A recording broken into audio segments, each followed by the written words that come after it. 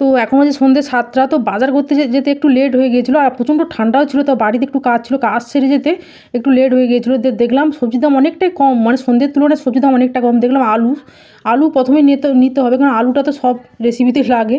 যাই হোক, আলু খেতে কারো ভালো ভালো লাগে আমরা কিন্তু কমেন্ট করতে অবশ্যই ভুলবেন না। আলু দিলাম 17 টাকা করে। তারপর দেখলাম বড় বেগুন, ছোটো বেগুন উঠেছে। ছোটো বেগুনগুলো অবশ্য ভালো না, পোকা। তো 70 টাকা করে বেগুন, ফ্রেশ বেগুন দেখলাম খুব ভালো। অনেক জায়গায় 80 টাকাও নিচ্ছে। তো টমেটো দেখলাম হচ্ছে, টমেটো হচ্ছে 70 টাকা করে, আর ক্যাপসিকাম হচ্ছে 150 টাকা করে। তো দুটোই লাগবে আপনাদের সঙ্গে রেসিপি শেয়ার করার জন্য। তো টমেটোও নিলাম আর ক্যাপসিকামও নিলাম। তো নিয়ে চলে গেলাম, আর বাজারে এতটা পরিমাণে ভিড় ছিল, তো ভিড়ের মধ্যে তো বাজার করতে হয়েছিলো। আজ প্রচণ্ড ঠান্ডাও ছিল। যাই হোক, নিয়ে তারপর সোজা চলে গেলাম হচ্ছে, আমি ভাবলাম আজ রসুনটা আগে নিয়ে নিতে হবে। রসুনগুলো দেখলাম অনেকটাই বেচে বিক্রি হয়ে গেছে। রসুন 100 টাকা করে রসুন। তো রসুন কিছু নিয়ে নিলাম, রসুন নিয়ে চলে গেলাম। আমি যেহেতু ফুলকপি বাঁধাকপি খেয়ে একঘেয়েমি লেগে গেছে, তো ফুলকপি বাঁধাকপি নিলাম না। তো সিম নিলাম 70 টাকা করে। কার কার সিম ভালো লাগে অবশ্যই কিন্তু কমেন্টে জানাবেন।